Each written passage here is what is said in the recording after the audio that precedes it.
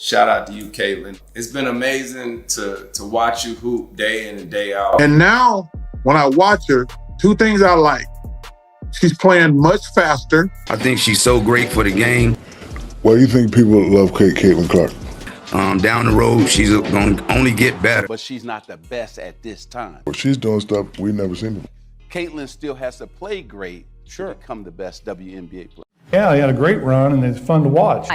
Especially from the biggest names the sport has ever produced. From her record-breaking numbers to the way she stretches defenses every night, Caitlyn is pushing women's basketball into a new... In the vast, echoing landscape of professional sports, true cultural shifts are rare. They are often announced not with a whisper but with a seismic roar, a collision of talent, timing, and an undeniable force of personality that commands the attention of an entire world. For years, the WNBA has been a league of profound skill and athleticism, waiting patiently for its moment in the broader pop culture sun. That moment, it seems, has arrived not with a gradual dawn but with the explosive flash of a logo 3.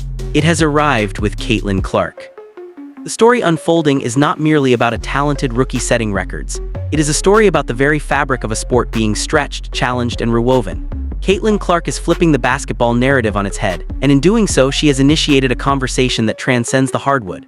Her game, a fearless, deep-range symphony of audacious shooting and visionary passing, has become a cultural phenomenon. It has locked in lifelong basketball fans, captivated casual observers, and most strikingly, commanded the respect and commentary from the NBA's most hallowed legends, figures who have historically paid the women's game scant attention. This level of simultaneous reverence and controversy is a rare atmosphere for any athlete, let alone one so young. It is the air breathed by icons, by disruptors, by those who change the how and the why of a game. From her record-shattering numbers to the gravitational pull she exerts on defenses every single night, Clark is not just playing basketball, she's pushing women's basketball decisively into a new era. But this rise has been anything but a smooth coronation. It has been a journey met with doubt, physical scrutiny, and pointed questions about her style and substance. The noise grew so deafening that it finally compelled the most authoritative voices in basketball history to step into the fray. And when they spoke, the entire conversation shifted. In the pantheon of basketball, Michael Jordan exists not just as a player, but as a standard. His voice carries the weight of ultimate achievement. For him to speak on a contemporary athlete is noteworthy. For him to champion a player in the WNBA is unprecedented. Jordan's intervention in the Caitlyn Clark discourse was more than an opinion, it was a legitimizing force. His perspective cut through the static. Jordan articulated what many felt but few with his platform dared to state so plainly. The league in many ways owes Caitlyn Clark for the skyrocketing spotlight and explosive growth she has injected into the game. This wasn't mere praise for a popular player, it was an acknowledgement of economic and cultural impact. He credited her for pulling the league closer to the center of the sports universe, a feat that decades of excellence had struggled to fully accomplish. But Jordan, ever the competitor, went further. He directed his famed intensity toward a glaring issue: officiating. He made it unequivocally clear that Clark has not been treated fairly on the court, highlighting the disproportionate physical punishment she absorbs without consistent calls. This was a seismic accusation from the sport's greatest player. It transformed fan complaints into a serious point of institutional criticism. His stance applied immense pressure on the WNBA's front office and officiating bodies, forcing a conversation about accountability and the protection of its transcendent talents. The message was clear: brushing aside concerns about how Clark is officiated is no longer acceptable. When the GOAT steps in to defend someone, it signals that their value is non-negotiable. Jordan framed Caitlyn Clark not as a passing trend, but as a fundamental change agent, a player whose worth is measured not just in points, but in the very health and fairness of the sport she is elevating. If Michael Jordan provided the institutional seal of approval, Allen Iverson offered a reflection of soul. Iverson, the ultimate on-court rebel, saw in Clark not just a great player but a kindred spirit, another disruptor speaking basketball's truth with a different accent. The parallels are profound. Both became national icons during legendary college careers, entering the professional ranks beneath a mountain of expectation and scrutiny. Both defied conventional physical prototypes. Iverson, at 6 feet even, battled giants in the paint. Clark, while tall for a guard, dominates through skill and IQ rather than overwhelming strength. They earned respect through a shared creed: pure skill, indomitable toughness, and an absolute refusal to back down. Iverson revolutionized the NBA with his vicious crossover. a move born from playground asphalt that froze professional defenders and forced the league to reconsider how a small, scoring guard could control a game. He was culture embodied on the court. Similarly, Caitlyn Clark is becoming a blueprint. For a generation of young girls, she models a bold, confident, and intellectually ruthless style of play. Her fearlessness isn't reckless, it's calculated. Her deep-range shooting isn't a trick, it's a strategic weapon that warps geometry. Iverson recognizes this disruptive energy. He understands that players like them don't just play the game, they bend its rules and reshape its boundaries. Iverson, who was the undeniable high-usage heartbeat of every offense he led, sees the same responsibility in Clark. He recognizes the scorer's mentality, the constant pressure she applies, the non-stop aggression, and the willingness to shoulder the burden when the game is on the line. This, he knows, is the price of being an engine, but his insight goes deeper. He pinpointed the trait that elevates stars to legends: elite playmaking. Despite her youth, Clark exhibits an innate gravitational ability to lift her teammates. Her vision, timing, and unselfishness make her a floor raiser, the type of player whose very presence elevates the performance of those around her. Iverson lived this, carrying a limited Philadelphia 76ers roster to the NBA Finals on the sheer force of his will and talent. His belief in Clark is rooted in this understanding. "Shoot the bleep out of the ball," he said with a laugh, capturing the sheer awe of her audacity. "I never seen anything, and then just how aggressive she is, and not just scoring the basketball, getting her teammates involved as well." His conclusion is one of experience. "I think she's so great for the game down the road, she's going to only get better." For Iverson, Clark's ceiling is a distant horizon. Her journey, like his, will be one of evolution, where raw talent is forged through experience into sustained leadership and legacy. Where Iverson connects on spirit, Charles Barkley connects on spectacle. A Hall of Fame player and a decades-long pillar of sports media, Barkley has seen every type of star rise and fall. His perspective on Caitlyn Clark is filtered through a deep understanding of the weight of fame, not just its glow. Barkley's career was a masterclass in handling intense scrutiny, both for brilliant play and controversial moments. Now, from his analyst chair, he brings a critical eye to Clark's entire package. What has impressed him most isn't solely her stat lines, it's her demeanor. He has shown profound respect for the way she carries herself. The quiet focus during games, the poised maturity in interviews, the graceful navigation of a tsunami of fan attention, and relentless expectations. "Thing I love about her, she never says a word," Barkley noted, highlighting her ability to let her game do the talking amidst external noise. He has meticulously tracked her adaptation, praising her for playing much faster as the season progressed, an adjustment he saw as critical after an understandably slow start. He defended her early fatigue, contextualizing her transition. They didn't even give her the understanding, she came straight out of college. For Barkley, this composure under the microscope is a hallmark of true greatness. It's a balancing act he knows intimately. To handle the physical grind, the media gauntlet, and the pressure of being a franchise cornerstone with the calm of a veteran is rare for any player, let alone a rookie. Clark doesn't just succeed on the court, she succeeds in the chaotic ecosystem that surrounds it. She absorbs targeted physical play and responds not with complaints, but by proving she can endure and excel. Barkley sees in her a rapid, tangible growth throughout the season, a sign of a learner, a competitor, and a professional who understands that the game is played between the ears as much as between the lines. Dominance in basketball has long been synonymous with physical overpowerment. Then came Shaquille O'Neal, the apotheosis of that ideal, an unstoppable force of nature for whom debate was pointless. Yet, Shaq's basketball intelligence has always been underrated, and his appreciation for greatness is not confined to his own image.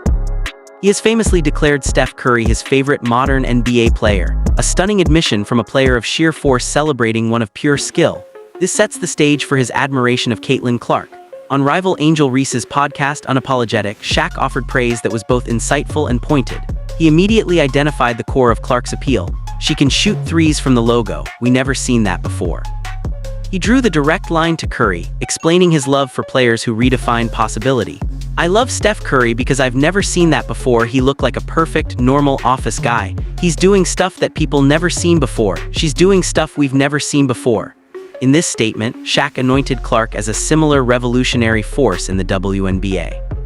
He sees her controlling games not with a power forward's frame, but with a guard's genius, reshaping defensive schemes and expanding the imagination of fans. Shaq's comments also served as a subtle correction to the narrative sometimes advanced by Reese, who has framed Clark's skill as merely shooting logo threes.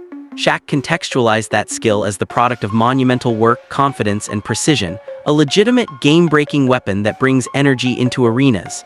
It is not a gimmick, it is the vanguard of a new style. Furthermore, Shaq positioned Clark as central to the league's surging popularity, a tacit counterpoint to Reese's assertions that Clark alone isn't responsible for the growth. He understands that their rivalry is a potent engine for the WNBA, but he is clear-eyed about the unique, unprecedented spectacle Clark provides. History provides the clearest map for the present.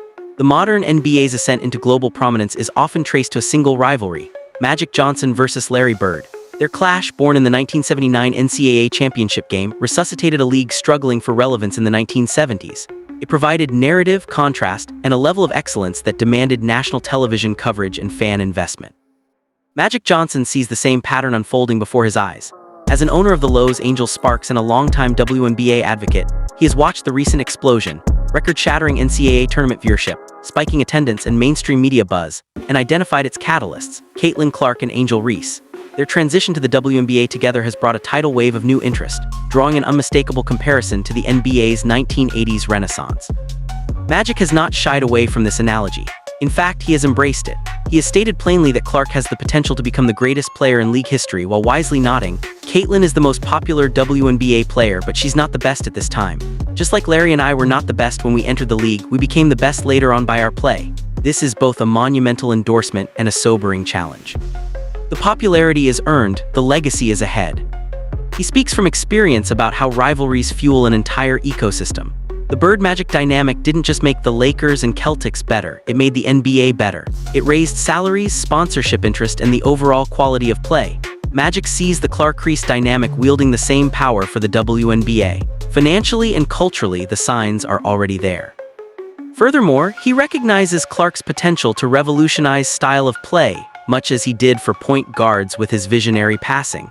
Clark's deep range and high IQ playmaking force a tactical evolution on the league, pushing opponents and teammates alike to adapt to a new, more expansive version of the game. While Magic sees the broad historical parallels, Chris Paul, the archetype of the cerebral, traditional point guard, zooms in on the technical mastery. Paul's respect for Clark feels like that of a consummate craftsman appreciating a fellow artisan. Their connection through State Farm endorsements provided a platform, but Paul's praise runs much deeper than corporate synergy. He publicly lauded her Rookie of the Year campaign by meticulously listing her achievements. Most points by rookie in WNBA history. Most assists by rookie in WNBA history. 3-time Eastern Conference Player of the Week. This wasn't just congratulatory. It was a recitation of facts establishing her undeniable historic excellence. More importantly, Paul offered guidance from one Rookie of the Year to another 19 years apart. He focused on the long game, getting stronger, getting faster, better on defense. But his crucial advice was about support systems. The biggest people that I leaned on was my family. This revealed an understanding of the mental and emotional toll the spotlight takes. Paul doesn't just see Clark's highlights, he sees her journey. He broke down specific elements of her game, the behind-the-back passes going left, the deep threes demonstrating a fan's enthusiasm and a student's attention to detail. His support reflects how the NBA's established elite don't just view Clark as a media story. They view her as a peer whose growth and well-being matter to the basketball community at large. Amidst the frenzy, Julius Dr. J. Irving brought the perspective of a man who was once the most electrifying and popular athlete in America, a cultural icon who transcended his sport. His take, particularly regarding Clark's omission from the 2024 Olympic team, was a masterclass in patience. Rather than fanning the flames of outrage, Dr. J offered sage, calming wisdom. I think that she's probably going to be a part of the next 3 Olympic teams, he said, framing the present not as a snub but as the first step in a long journey. 3 would be plenty because there's risk associated with being a part of this particular Olympic team, so slow your roll a little bit. His message was profound. Her impact is not contingent on a single selection. She's doing commercials, she's doing things that are making a difference in the game, and she's been tremendous. She'll make an even greater difference if she's allowed to let things happen when it's supposed to happen. Dr. J, whose career was a multi-chapter epic of innovation and influence, understands that legacy is a marathon. Clark has already compressed a career's worth of impact into 1 year. The path ahead is about sustainable growth, cultural expansion, and influence that may one day stretch far beyond basketball itself, a path he himself walked. Finally, Vince Carter, the man who literally created a basketball nation in Toronto, speaks to the experience of being the marquee player. He sees Clark in the exact position he once held, the face of a league's surge, the human highlight reel who drives ratings and sells jerseys. I know a lot of people been, hey no, Caitlyn, this is what happens to a rookie, this what happens to the marquee player, Carter said, acknowledging the unique dual pressure she faces. He connects her rookie hazing directly to her status. You got to earn your stripes when you go to the professional world and you're in competition against other professionals who are trying to feed their family, they'll give you the business. Carter's insight is brutally practical. The WNBA is not college. The stakes are mortgages, family legacies, and professional pride. Every veteran wants to test the new phenom to make her earn every inch. The pressure is exponentially greater than anything she faced in Iowa. But Carter, like the others, sees her not just surviving, but belonging to that rare class of players who successfully make the leap from collegiate dominance to professional control. It is a journey Magic Johnson made, though even he had to share his rookie spotlight with Larry Bird, who engineered one of the great turnarounds in sports history.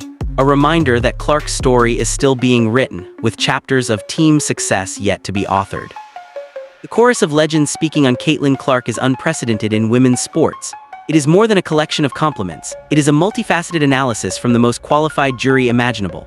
Jordan speaks to her value and fairness, Iverson to her soul, Barkley to her poise, Shaq to her revolutionary skill, Magic to her historical potential, Paul to her craft, Dr. J to her patience, Carter to her burden. Together, they paint the portrait of a transformative athlete. Caitlyn Clark is not merely a great shooter or a popular rookie. She's a force of cultural gravity, pulling the eyes of the basketball world toward the WNBA with an irresistible power. She's challenging physical norms, tactical conventions, and commercial expectations. Her rise has sparked necessary conversations about officiating, media coverage, and the infrastructure needed to support generational talent. The noise around her is the sound of a barrier breaking. It is the sound of a game being flipped on its head, not by critics or marketers, but by the sheer undeniable force of a jaw-dropping performance and a fearless style. And as the greatest to ever play the game lean in to watch, to comment, and to guide, they are not just validating Caitlyn Clark. They are bearing witness to the dawn of a new era, and acknowledging the player who is unmistakably leading the way. The story is no longer about whether she belongs. The story, as narrated by the gods of the game themselves, is about how far she and the sport she is elevating can go.